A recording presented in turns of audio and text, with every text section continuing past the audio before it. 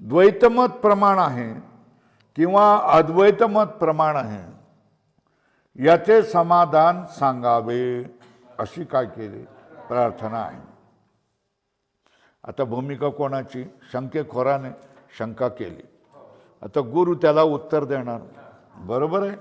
ते पण कसं होतंय ते एक एक पावलाने आपण समजून घेऊ. हे शिष्य भगवान शंकराने कोणाचं रूप धारण केलं? रूप धारण करून कोणाचं प्रतिपादन केलं? ही निर्णय झालाय. भगवान शंकराने शंकराचार्याचं रूप धारण करून अद्वैत मताचं प्रतिपादन केलं आहे. त्यामुळे तेच प्रमाण आहे. अधोरेखा करा.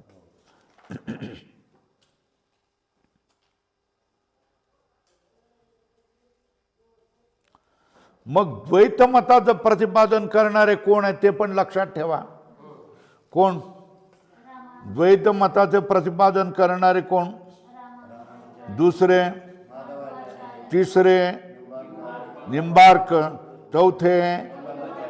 या चारही आचार्यांचे मत अप्रमाण आहे असे समज. काय त्याला काय सांगितलं? चारीचं हे आचार्यानं लक्षात ठेवशाल का? रामानुजाचार्य, मध्वाचार्य, निंबार्क आणि वल्लभाचार्य हे चार आचार्य. आणि मूळचे अद्वैत मताचे आचार्य कोण? त्यांनी ते कोणाच्या रूपाने आले? शंकराच्या.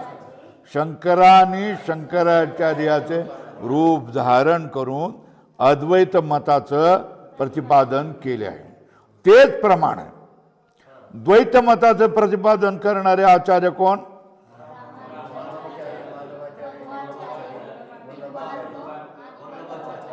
या चारही आचार्यांचे मत अप्रमाण आहे असे समज. आणि हे पाचही आचार्य कुठले आहेत? कुठल्या देशातले आहेत? दक्षिण भारत. कुठले आहेत? पाचीचे पाच.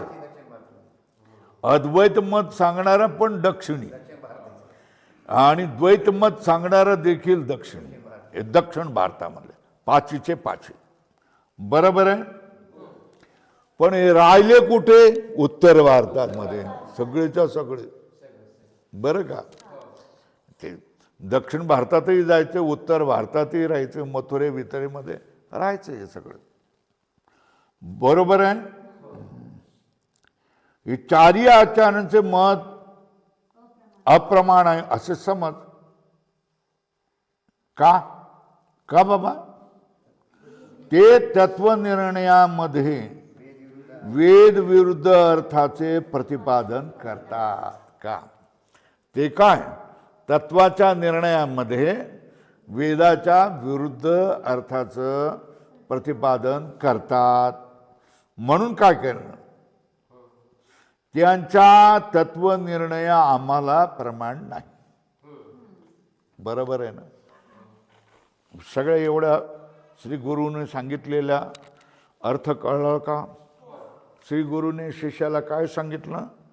शंकराने शंकराचार्याचा अवतार करून अद्वैत मताचं प्रतिपादन केलं म्हणून तेच मत प्रमाण आहे असं समज. मग बाकीची मतं कुठली आहे? रामानुजाचार्य, माधवाचार्य, निंबार्क, वल्लभाचार्य यांचं मत अप्रमाण समज. का? ते पण सांगितलंय. तत्वनिर्णयामध्ये वेद विरुद्ध अर्थाचे प्रतिपादन करतात. वेद विरुद्ध अर्थाचे प्रतिपादन करतात म्हणून त्यांचं मत प्रमाण मानता येत नाही. इथपर्यंत आलो. आता पुढे बघा. शिष्य बघा, तुम्हीच निर्णय करताय की शंकराचार्याचं अद्वैत मत ही प्रमाण आहे आणि रामानुजाचार्य, मध्वाचार्य, निंबार्काचार्य आणि वल्लभाचार्य यांचं मत अप्रमाण आहे. कारण ते वेद विरुद्ध अर्थाचं निरूपण करतात. तर याला आधार काय? काय म्हणताय याला आधार काय? शंकराचार्याचे मत प्रमाण मानण्याविषयी आधार काय? त्याने विचारलं. आम्ही शंकराचार्याचं मतच मानावं, याला आधार काय म्हणजे प्रमाण काय? प्रमाण मानण्यासाठी आधार द्यावा लागतो, प्रमाण द्यावा लागतो. ते प्रमाण काय? श्री गुरु सांगतात, भगवान व्यासाने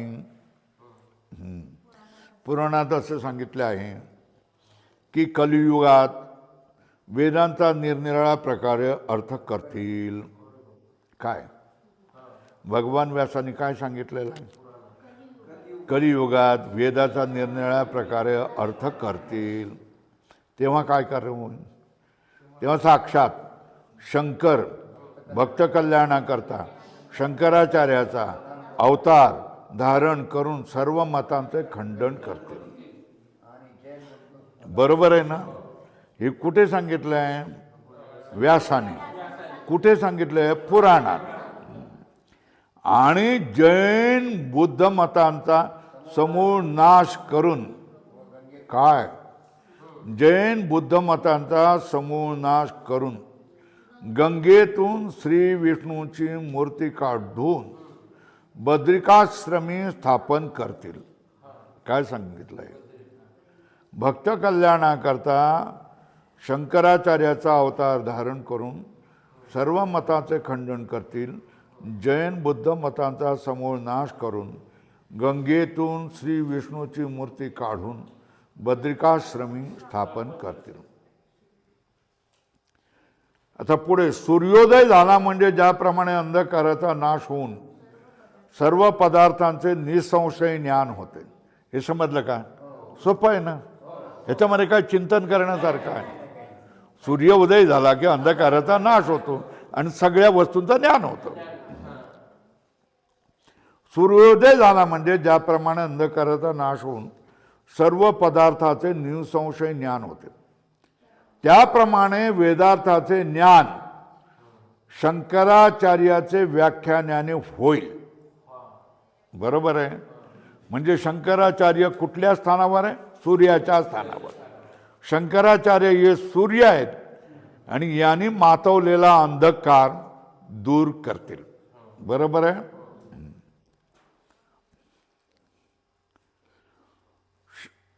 त्याचप्रमाणे वेदार्थाचे ज्ञान शंकराचार्याचे व्याख्यानाने होईल. त्याविरुद्ध जे वेदाचा अर्थ करतील ते कोण आहेत? ते धूर्त आहेत असे समज.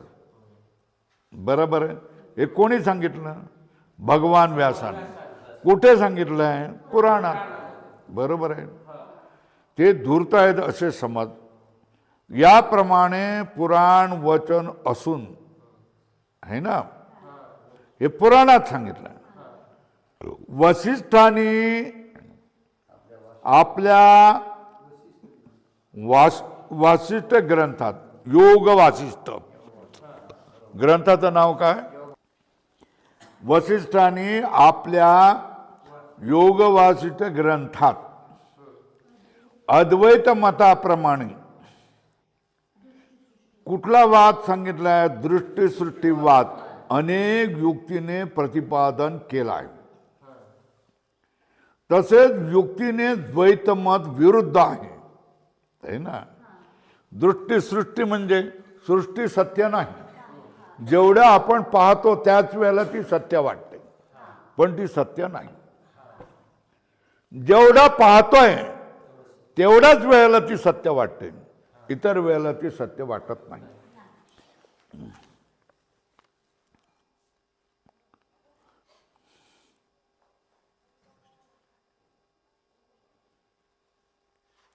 दृष्टीसृष्टीवाद अनेक युक्तीने प्रतिपादन केला आहे. हे झालं शब्द प्रमाण. शब्द प्रमाण कोण? पुराणातलं व्यास वचन. बरोबर आहे? दुसरं काय? वसिष्ठाचं वचन, योग वासिष्ठामधलं.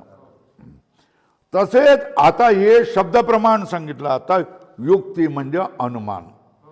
युक्तीनेही, आता पॅराग्राफ बदला तसेच, युक्तीनेही द्वैतमत विरुद्ध आहे. हे कुठल्या ग्रंथात? खंडन खंडन खंडन खाद्य.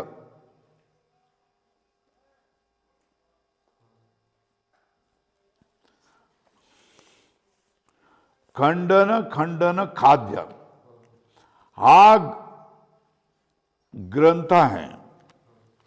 कोणाचा? हर्षादीचा. खंडन खंडन खाद्य असा ग्रंथ आहे. आदी ग्रंथात सिद्ध केले आहे. द्वैतमत खंडन खंडन खाद्य हा ग्रंथ आहे. या ग्रंथामध्ये युक्तीने सिद्ध केले, अनुमानाने.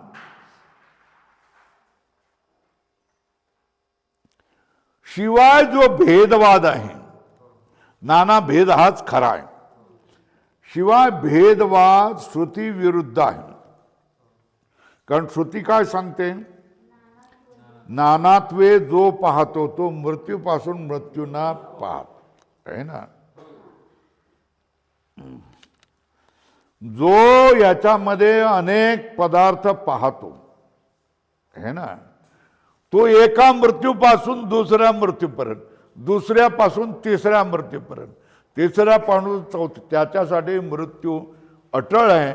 आणि त्याच्यासाठी भगवंताचं वाक्य आहे, जातस्य ध्रुव मृत्यूर ध्रुवम जन्म मृतस्य च. ज्ञानेश्वर महाराज काय म्हणतात? कोणी सांगू शकतं? परिभ्रमे गा है ना. उपजे ते नाशे, नाशिली ते पुनरपी दिसे, हे घटिका यंत्रवत जैसे परिभ्रमेगा. घटिका यंत्र जसं, म्हणजे जन्म झाला तर मृत्यू आहे, मृत्यू झाला तर जन्म झाला आहे, मृत्यू झाला तर जन्म, जन्म झाला तर मृत्यू. हे तुम्हालाही खरं वाटतं की नाही सांगा? पण हे खोटं ठरवण्याचं साधन अद्वैत वेदांत आहे. नाही, मी जर शरीरच नाही तर माझा जन्मच होत नाही, माझा मृत्यूच होत नाही, है ना. तुम्ही हे खोटं सांगतायत. जन्म आणि मृत्यू शरीराचा होतो. मी शरीर नाही, मी आत्मतत्व आहे आणि आत्मतत्व हे नित्यतत्व आहे. म्हणून माझा मृत्यू होत नाही, माझा जन्म होत नाही. जातसही ध्रुव मृत्यूर ध्रुवम जन्म मृतसच, हे माझ्यासाठी नाही. बरोबर आहे? हे मला लागू होत नाही. भवसागर मला लागू होत नाही. मरण मारू शकत नाही. मरण माझे मरून गेले, मज केले अमर. मरण स्वतः मरून गेलं, पण मला अमर करून गेलं. माझं मरण मरून गेलं, मला अमर करून टाकलं. मरणाचा मरण झाल्यानंतर आपण अमर होतो. बरोबर आहे? हे कोण सांगतं? अद्वैत वेदांत सांगतो. बरोबर आहे?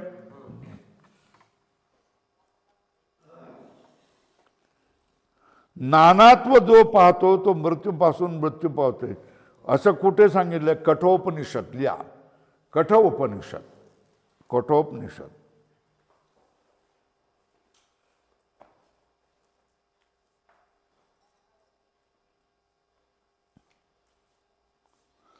बरोबर आहे? भय कोणापासून असतोय? भय दुसऱ्यापासून असतं ना. त्याच्यासाठी प्रमाण काय? द्वितीयाद वय भयमोच, भयम भवती. दुसऱ्यापासूनच भय होत है ना. रात्री कडी कुलूप आहे लावलाय आणि मी इथे झोपलेलो आहे. कुडी कडी कुलूप लावलेला आहे, दिवसून कोठे येण्याचं आहे. मी निश्चिंतपणे इथे झोपू शकतो का? झोपू शकतो, भयरहित है ना. पण इथे कुठला तरी आवाज आला, आता तुम्हाला काय वाटलं, संशय आला की नाही? दुसरं कोणीतरी आहे, दुसरं कोणीतरी आहे, भीती वाटली की नाही? मग या दुसऱ्यापासून भीती वाटते. ज्यावेळेला आपणाला जर काय असे आवाज वगैरे काही आलं नाही, दुसऱ्याचा संशय आलाय, तर निश्चितपणे आपण झोपून जातो. पण दरवाजा खडखड झाला, आणखी काही आवाज आले, कोणीतरी आहे, काहीतरी आहे. मग द्वितीयाद्वय भयम भवती. मग आपण कसे आहोत? एकमेवा द्वितीयम ब्रह्म. मग भय कशाचं? बरोबर आहे. भीती कधी असते? द्वैताचंच भीती असते. हे लक्षात आलं का? आणि अद्वैत काय करतं? तुमची भीती संपवून टाकतं. बरोबर आहे. अद्वैताला का मानावं लागतं? कारण ती आपली भीती हरवते, काळजा हरवते, थकवा दूर करते. बरोबर आहे. समाधान देते, सुख देतं, अमरता देतं. म्हणून अद्वैताला मानलं पाहिजे. आणि द्वैताचं काय? मग क्षणाक्षणाला ठोकर. काय काय याच्यातून बाहेर पडत नाही. मुलीला जसं तसं बरं केलं, मुलीसाठी काय $1,00,000-2,00,000 रुपये खर्च केले, आणि जसं तसं तिला माणसात आणलं. बरोबर आहे. आणि तिला लावलं मार्गाला थोडं. तेवढ्यात बातमी आली की मुलगा काय कबड्डी खेळता खेळता काय कणाच मोडून गेला त्याचा. 3 कणे वाकडे तिकडे होऊन गेले. आता तो बाप काय करणार? स्वामीजी, एक निस्तरत नाही तोपर्यंत दुसरं येतं, एवढंच म्हणणार ना तो. आता स्वामीजी त्याला मदत करू शकतो का? नाही करू शकत, है ना. कारण व्यवहारात पैसे काढा, गोळ्या घ्या, है ना, 1000 रुपये द्या. तर तिथे व्यवहारामध्ये काय? पैसे असतील तर तुम्हाला कोणीतरी उभा करेल, आणि पैसे नसेल तर तुम्हाला कोणी उभा करत नाही. तो डॉक्टर संत थोडाच आहे का हो? तुम्ही फळं आणा, नाही तर आणू नका, फक्त इथे बसा, मी तुम्हाला शिकवतो, असं सांगणारा तो संत थोडाच आहे का? तो संत नाही, तो रोकड आहे. पैसे द्या, मगच काय तुम्हाला बरं करतो, हात लावतो. अगोदर 400 रुपये भरावे लागतात ना, त्याची फी. पहिलं डॉक्टराचं दर्शन का त्याच्या नोकराचं दर्शन? गेटवर कोण उभा? तोच ना. पैसे भरा, मग तुम्हाला काय पत्रक देतो, मग डॉक्टर तुम्हाला तपासेल. ही द्वैताची परिस्थिती आहे. अद्वैताच्या प्रांतामध्ये असं नाही. अद्वैताच्या प्रांतामध्ये सगळे समान.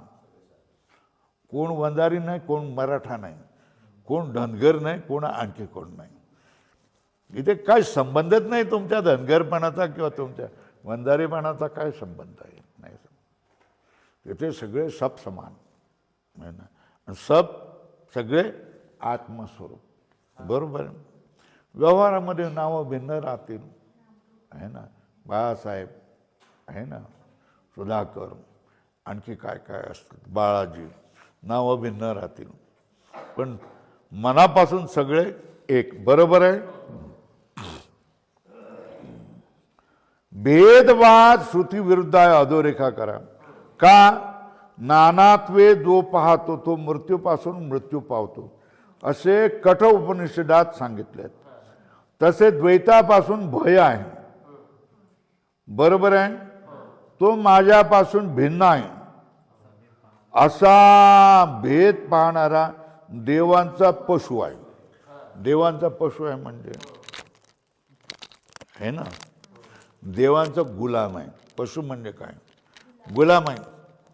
बैल जसं मालकाचा गुलाम असतो, त्याने जू उभं केलं का त्याच्या खाली मान घालावी लागते, त्याने हाकारलं का चालावं लागतं. राजार सर्जार म्हटलं का त्याला धावावंच लागतं. बरोबर आहे ना, कारण तो गुलाम आहे. तशा तऱ्हेने जो भेद पाहिल ते सगळे देवाचे गुलाम, देवतांचे गुलाम. काय होतं? देवतांचे गुलाम. देवतांची पूजा अर्चा करा, मग ते तुम्हाला काहीतरी तुकडा फेकतील. बरोबर आहे. इथे अद्वैतामध्ये काय, वेदांत तुम्हाला उठवतो, एवढा मोठा करतो, एवढा मोठा करतो की तुम्ही देवस्वरूपात जातात, आणि त्या देवस्वरूपाच्या खाली तुम्ही अभिमान करायला तयारच होत नाही. मी एकदा तुम्ही भिकाऱ्यापासून हत्तीवर बसून त्याला राजा बनवलं, मग तो त्याचं डबडं फेकेल का जवळ साठवून ठेवून? फेकून देणार. त्याने नाही फेकलं तर मंत्री फेकून देणार. हे कशाला? दारिद्र्याचं चिन्ह कशाला घेतो तू? भिकार पण आता राजा आहेत, राजासारखा वाग असं सांगितलं जातं ना. वेदांत ते तुम्हाला सांगतं. काय सांगतं? आता तुम्ही दीन, दुबळे, पराधीन, गुलाम असे नाही, तुम्ही काय सगळ्याचे अधिपती आहेत. त्या अधिपतीप्रमाणे रुबाब करा, रुबाबाने राहा. हीन दीन स्वतःला मानू नका. हीनत्व दीनत्व हे तुमचं कशामध्ये? द्वैत तुम्हाला हीन करतं, द्वैत तुम्हाला पराधीन करतं, द्वैत तुम्हाला अज्ञानी ठरवतं, द्वैत तुम्हाला दुःख देतं, आणि अद्वैत तुम्हाला काय करतं? या सगळ्यापासून दूर करतं. म्हणून अद्वैताकडे लोक आजच्या काळामध्ये देखील धावतात, पण अद्वैत सांगायला कोणी तयारच नाही. सगळेच काय करतात?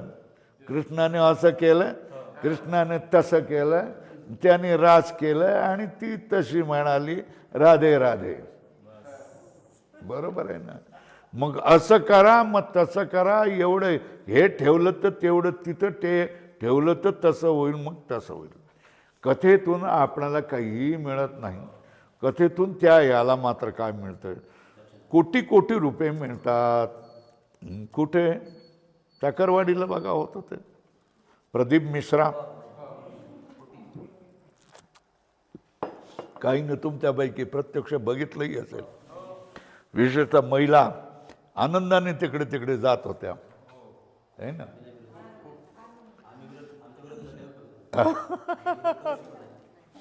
बरोबर आहे. चला पुढे.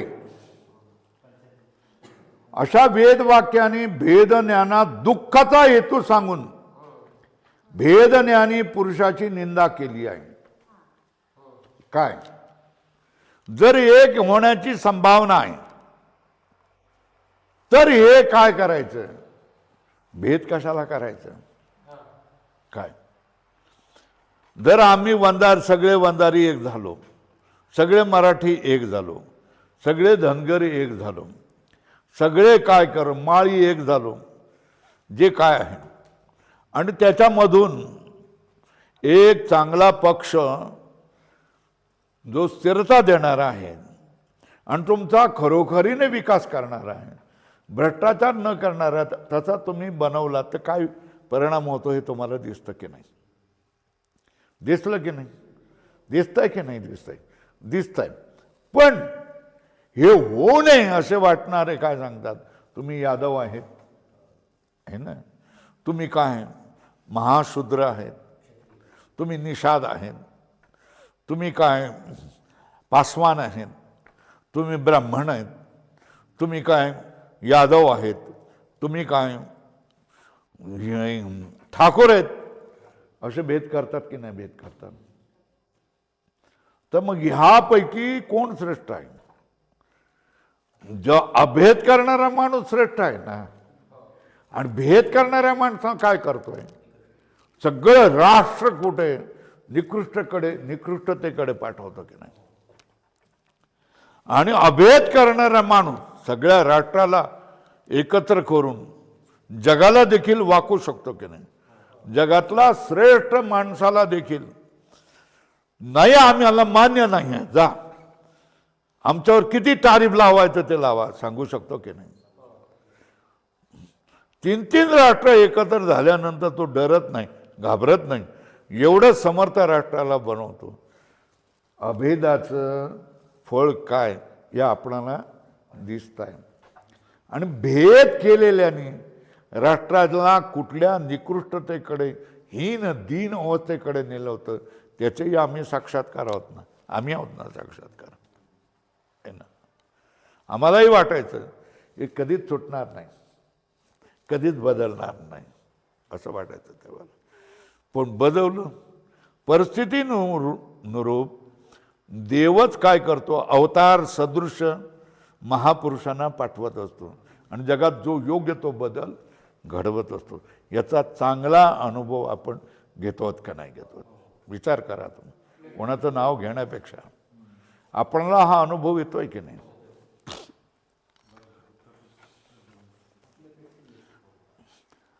आपणाला सगळ्यांना वाचणाऱ्या लोकांना समजतंय की नाही किती फरक झालेले आहेत, किती आपण तिसरी महाशक्ती झालेलो आहोत, किती आव्हानं आम्ही स्वीकारलेली आहेत. ते सांगतात ना 120 कोटी लोकांच्या आशीर्वादाने आम्ही करतोय. हे महत्वाचं आहे की नाही. अभेद याला काय म्हटलेलं आहे, अभेद. तर अभेदाने तुम्ही मोठे होता आणि भेदाने तुम्ही मृत्यूला प्राप्त होता, हे लक्षात ठेवा. चला, भेद ज्ञानी पुरुषाची निंदा केली. शेतकऱ्यांपासून बैलास जसे दुःख होते त्याप्रमाणे भेद ज्ञानी पुरुषाला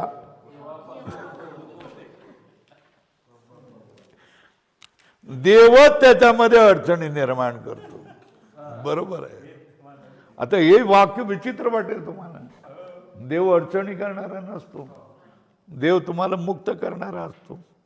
बरोबर आहे. देव त्याला काय अडचण करतोय. तुकाराम महाराज आपल्या अभंगाने सांगतात, माझ्या विठोबाचा कैसा प्रेम भाव आपणची होय देव गुरु पडिये देह भाव पुरवी वासना. पुढचं बोला.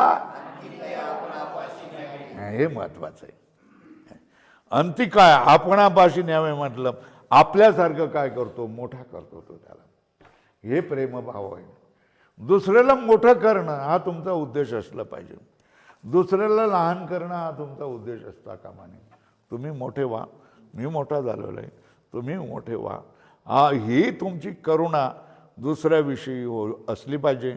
दुसऱ्याला हीन लेखणं, दुसऱ्याला कमी लेखणं, दुसऱ्याला क्षुद्र लेखणं ही तुमची भावना असता कामा नये. कुठली स्त्री, कुठला पुरुष, कुठली जाती, कुठलं काय तुम्ही हीन आहेत हे पदोपदी त्याला जाणीव करून देणं हे अत्यंत चुकीचं आहे. बरोबर आहे. चला, शेतकऱ्यांपासून बैला जसे दुःख होते त्याप्रमाणे भेदना आणि पुरुषात देवापासून दुःख होते. खरं वाटणार नाही पण सांगितलंय ना, आहे ना, खरं सांगितलंय ना. म्हणजे दुःख होते म्हणजे काय, आज सोमवार कर, शनिवार कर, गुरुवार कर, रविवार कर, चतुर्थी कर.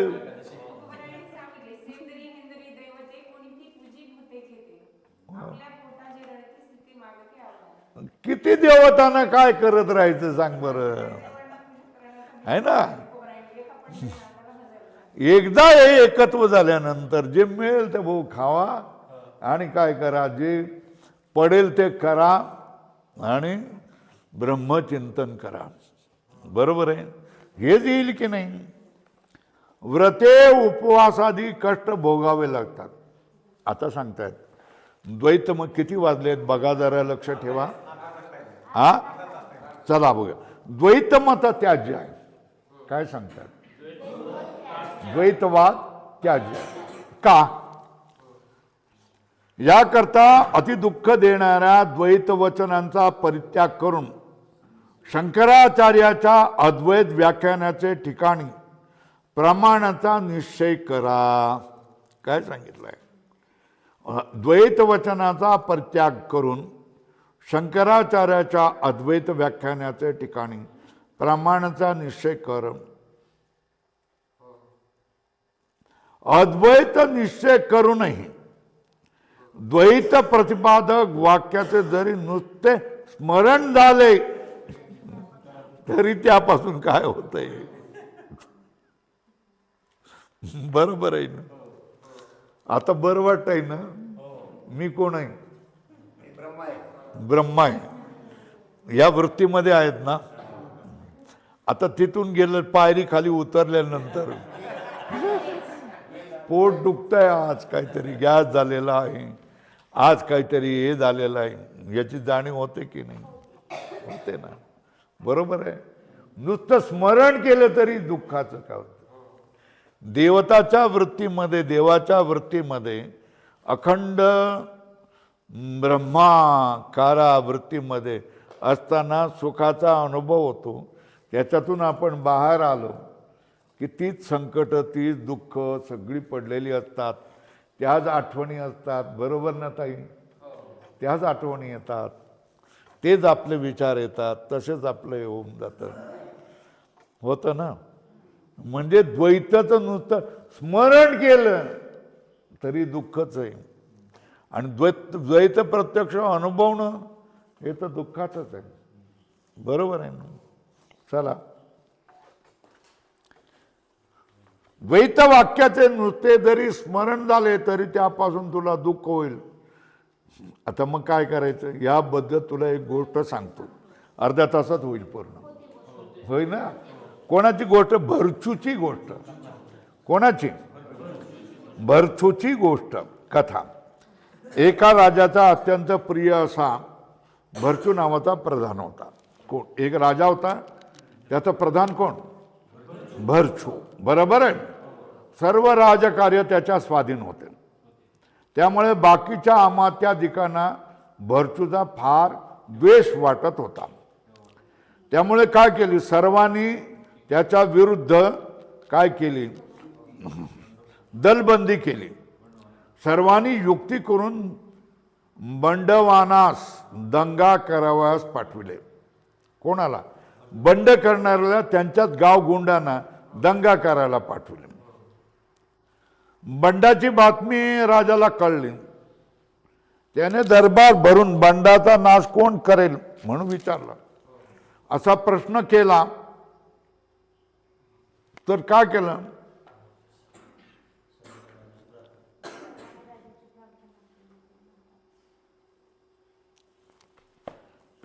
राजाने काय केलं? किंवा तिकडे तिकडे बंड झालेलं आहे, ते निपटायचं कोण करेल? कोण जाईल? तर सगळे लोक म्हणतात की राजाजी, तुम्ही बऱ्याच वेळेला काय करता, जी कठीण कठीण कामं असतात त्यावेळेला आम्हाला तुम्ही पाठवता आणि या भरचूची तुम्ही काय करता? स्तुती करता. आता आमची प्रार्थना, सगळ्यांची आमची प्रार्थना आहे की या बंडाचं निवारण करण्यासाठी भरचूला तुम्ही पाठवा. बरं आहे, कारण त्याला मारायचं होतं ना. आपल्या हातून मरण्यापेक्षा परस्पर मेला तर बरा. बरोबर आहे. म्हणून सगळ्यांनी काय सांगितलं? इतर वेळेला तुम्ही मोठी मोठी कामं करताना आमचं नाव घेता आणि आम्हाला कामं करायला सांगतात आणि त्यावेळेला भरचूची तुम्ही स्तुती करता. यावेळेला गंभीर परिस्थिती आलेली आहे, त्यावेळेला भरचूला तुम्ही पाठवा आणि भरचूची तुम्ही परीक्षा घ्या, म्हणजे आम्ही जाणार नाही. असं त्यांनी असं बोलले नाही, पण त्याचा अर्थ तो. त्याला पुढे सर्वांनी राजाची प्रार्थना केली की महाराज नेहमी प्राण संकटाच्या वेळी आम्हाला पाठविता आणि भरचूची स्तुती तुम्ही करता, यावेळी त्यास का पाठवत नाही? मग त्यावेळेला भरचूने राजा स्वतः विनंती केली की मला आज्ञा होईल तर मी बंडाचा नाश करेन. मी तयार, माझं नाव घेत आहेत, मला आज्ञा करा, मी त्या बंडाचा नाश करून येतो. कोणी सांगितलं? भरचू. कोण? राजाचा मंत्री है ना. त्याप्रमाणे बंडाचा नाश करण्याविषयी राजाने भरचूस आज्ञा केली. जाओ जाओ तुम उसको बंड ठोक के आ जाओ. भरचूने तात्काळ बंडाचा नाश केला.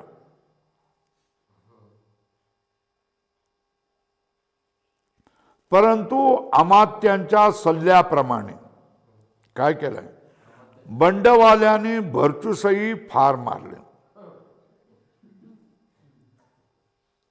बरोबर आहे काय, भरचूने तात्काळ बंडाचा नाश केला, परंतु अमात्याच्या सल्ल्याप्रमाणे बंडवाल्याने भरचूसही फार मारलं. हे इतर अमात्यांचे कपट भरचूच्या लक्षात आले आहे ना, आणि त्याला पुढचं काय केलं, पुढचं भविष्य समजलं. काय समजलं पुढचं भविष्य काय, आता मी राजाजवळ गेलं तर हे काय करून टाकतील, मला मारूनच टाकतील. बरोबर आहे. आणि त्याच असे वाटले की आता मी राजापाशी जावयाच्या मनात आणले तर हे दुष्ट माझं प्राणच घेतील. बरोबर आहे. बंडवाल्याने मला खूप मारलेलं आहे, पण आता जर मी गेलो राजाजवळ हे मला मारूनच टाकतील. बरोबर आहे. मग त्याचा राजकारणापासून विरह झाला ना. कशाला मरणाचा हे घेऊन कशाला, मी सुखाने राहू शकतो, जंगलामध्ये एकटा राहू शकतो. त्याने झोपडी बांधल्या जंगलामध्ये राहायला, राजाजवळ गेलाच नाही. आता बघा काय काय करतात ते कपटी लोक, काय काय करतात याची एक ही कथा आहे. या कथा या ऐश्वर्याचा परित्याग करून भगवत अधोरेखा करा, भगवत प्राप्ती करता तप करण्यास वनात जाणे चांगले. बरोबर आहे ना. त्याला विरक्ती आली. कशाला भांडणं, कशाला जीवाला धोका, कशाला मरून जायचं, थोड्या राज्यासाठी ना, जाऊ देत आपण एकटं राहूया, भगवंताला प्राप्त करूया. विरक्ती आली.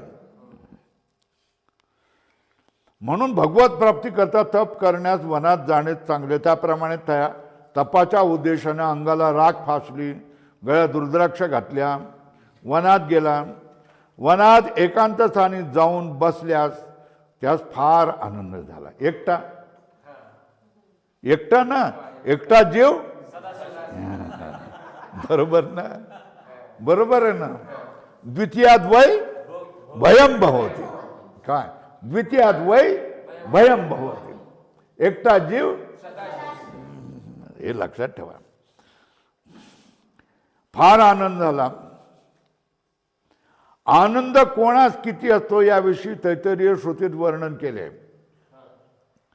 मनुष्याला किती आनंद मिळणे शक्य आहे याचे वर्णन करताना श्रुती असे सांगते. श्रुती म्हणजे वेद असं सांगतो. राजा कसा तरुण असावा, फिर रूपवान असावा, फिर विद्वान असावा, निरोगी, रोग कुठलाही रोग असू नये, सशक शक्ती असावी, स्थिरमानाचा, ज्याचे जो पुष्कळ सैन्य आहे, असा सर्व ऐश्वर्याने भरलेल्या आणि सगळ्या पृथ्वीचं पालन करणारा आणि सर्व भोगाने संपन्न अशाला काय म्हणतात, सार्वभौम राजाला जो आनंद असतो त्याला काय म्हणतात, त्या आनंदाचं नाव काय, माणसाचा आनंद, मानुष आनंद म्हणतात. त्या मानुष आनंदापेक्षा 100 पट जास्त कोण, मनुष्य गंधर्वाचा आनंद. बरोबर. त्याहून शतपट कोण, देव गंधर्वाचा आनंद. त्यापेक्षा 100 पट कोण, पितरांचा आनंद. त्याहून शतपट कोण, अजान देवाचा आनंद. त्यापेक्षा शतपट कोण, कर्मदेवाचा आनंद. त्याहून शतपट कोण, मुख्य देवाचा आनंद. त्यापेक्षा शतपट कोण, त्याहून शतपट, त्याहून शतपट, त्याहून शतपट आनंद असतो. बरोबर आहे ना. किती शतपटीने 10 वेळेला बोलले ना. एवढा आनंदाची पट परंपरा सांगितली. एवढा आनंद ब्रह्मदेवाचा असतो. परंतु एवढ्या मोठ्या ब्रह्मदेवाच्या आनंदापेक्षाही जास्त आनंद कोणाचा असतो, एकांतवासी पुरुषाच असतो अधोरेखा करो. बरोबर आहे ना. नवरा बाहेर गेलं तर बरं वाटतं का नाही, होय म्हणून टाका, कटकट नाही, बोलणं नाही, चहा आणा, नाश्ता काहीतरी आण, आपण आपल्या आनंदात राहतो की यांना अनुभव आहे ना. म्हणजे एकांतात एकटं असलं तर आपल्याला बरं वाटतं, पण थोड्या वेळासाठी बरं का. मग पुन्हा वाटतं की मी एकटीच आहे, नवरा यावा, कुठे गेले असतील, संध्याकाळी 6 वाजल्यानंतर आल्यानंतर आले नाही तर काळजी वाटायला लागते की नाही, कुठे गेले असतील. कारण त्याच्यामध्ये माझेपण असतं, माझा आहे, माझा नवरा आहे. माझं तुझं आलं का भय येतच, माझं तुझं नसतं तोपर्यंत भय नसतं. आपण एकटे जीव सदाशिव झालं. या आनंदापेक्षाही जास्त आनंद वासना रहित एकांतवासी वेळ झाली का तुम्ही सांगा. हा, एकांतवासी पुरुषास असतो. अशा एकांतवासाचा आनंद भरचू भोगीत असता त्याने तुच्छ वैषयिक दुःखाचे, वैषयिक दुःख म्हणजे स्त्री, धन, पुत्राधिकापासून होणाऱ्या दुःखांचे वर्णन करून त्यांचे ठिकाणी मोहित असलेल्या पुरुषांची फार निंदा केली आहे ना, केली आहे. विषयापासून होणाऱ्या दुःखाचा अनुभव सर्वांस नित्य आहे ना, म्हणून त्याचे वर्णन या ठिकाणी केलेले नाही. कोणाचा विषयापासून होणाऱ्या दुःखाचे वर्णन सगळ्यांना माहीत असतं. संसार सगळ्यांना माहीत असतो. संसार हा सुखाचा कोणी एकच स्त्री म्हणते, ती भ्रमाने. पण सगळे म्हणत असतात की संसारात यातना असतात. स्त्रिया तर म्हणतात नको ग बाई, हा स्त्रीचा जन्म. म्हणत आहे ना, किती यातना, किती त्रास, किती दबाव, किती काळजा, किती दुःख आहे ना. तर म्हणून त्याचे वर्णन या ठिकाणी केलेलं नाही. असो मग भरचूने विषयाचा परित्याग करून तपा करता एकांतात बसला तर ही गोष्ट अमात्यांना कळणार का नाही कळणार? कळणारच ना. तर म्हणान हे वर्तमान इतर अमात्यास समजल्यावर त्यांनी राजास भरचू मेला आहे असे कळविले. भरचू जिवंत आहे का मेला आहे? पण राजाला काय कळवलं की बंडामध्ये मरून गेला. बरोबर आहे. हे खोटे वर्तमान आहे ना. राजाने ते सत्य मानलं का खरं खोटं मानलं? हे खोटे वर्तमान राजाने सत्य मानून भरचूचे गादीवर दुसऱ्यास बसविले. कोणाच्या गादीवर? म्हणजे भरचूच्या पदावर दुसऱ्या माणसाची काय केली? नेमणूक केली. बरोबर. भरचूचे गादीवर दुसऱ्यास बसविले व त्यास प्रधानाची वस्त्रे दिली. त्या नवीन प्रधानात भरचू तपस्वी झाल्याचे माहीत होतेच ना. नवीन प्रधानाला भरचू पण तप करतो हे माहीत होतेच ना. म्हणून त्याला चिंता झाली, कारण दुसरा आहे जिवंत आहे, कधीतरी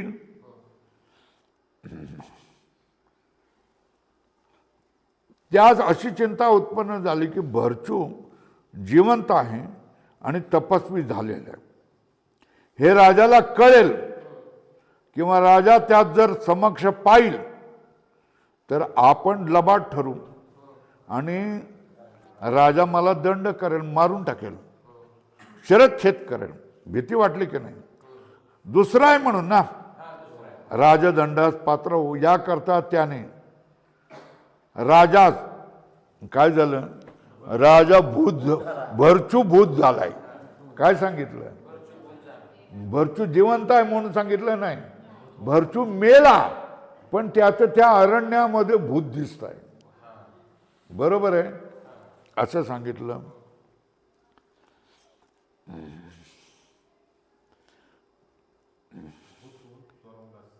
याकरता त्याने राजास भरचू भूत होऊन सर्वांगाला राख लावून जो कोणी भेटेल त्यास तो मारतो असं सांगितलं. हे राजाने ऐकलं ना. आता त्याच्या मनामध्ये खोटंही असेल असं वाटलं. खरं की खोटं हे निश्चय करण्याकरता त्याने शिकारीचं निमित्त केलं. आणि जंगलात निघाला. ही कथा आहे ना, ह्याच्यात काय सांगण्यासारखं आहे? बरोबर आहे ना? मग त्याने काय केलं?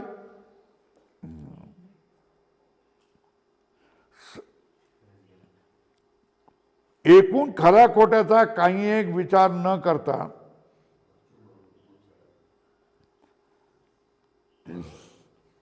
भरचू मरून भूत झाला असा राजाने निश्चय केला. नंतर सहज एके दिवशी राजा शिकारीला गेला असता घोर वनात तपश्चर्या करीत असलेला भरचूस त्याने प्रत्यक्ष पाहिले. काय केले? घोर वनात क्या तपस्या करीत असलेल्या भरचूला त्याने प्रत्यक्ष पाहिलं. पण त्याला आनंद झाला का? परंतु त्याचा आनंद न होता भरचू मरून भूत झाला. काय झाला? हा विपरीत निश्चय झाला त्याचा. भरचू दिसतोय भाऊ, यांनी तर सांगितलं तर भरचू मेला म्हणून दिसतोय आणि तप करत राहा, तो भूत झालाय. खरं आहे, भूत झालाय, भरचू भूत झालाय. असा विपरीत निश्चय राजाला झाला. यामुळे राजा असून भूताचे भय मानून तो पळून गेला. बरोबर आहे? मग त्याप्रमाणे हे दृष्टांत झाला ना. त्याप्रमाणे द्वैतवादाच्या वचनावर जे विश्वास धरतील त्या द्वैतवादाच्या वचनावर जे विश्वास धरतील है ना, त्यांना अद्वैत ज्ञान झालं तर टिकेल का नाही टिकेल? नाही टिकणार. बरोबर आहे? हे खरं की खोटं विचारतोय ना हा. अद्वैत खरं की द्वैत खरं, अद्वैत खरं की खोटं विचारतोय ना. तसा त्याने राजाप्रमाणे प्रत्यक्ष भरचू दिसत असताना त्याला भूत मानल्यामुळे दिसतोय हा खरा की खोटा असं त्याच्यामध्ये मनामध्ये काय झाला? विपरीत निश्चय झाला. बरोबर आहे? याकरता द्वैतवादाच्या वचनावर जे विश्वास धरतील त्यास अद्वैत ब्रह्मज्ञान झाले तरी ते टिकणार नाही. उलट दुःख मात्र भोगावे लागेल. याकरता द्वैतवचनावर जो विश्वास ठेवणार नाही त्याचं काय हो? त्यास महावाक्य विचाराने अद्वैत ब्रह्मज्ञान होईल. काय होईल? त्याकरता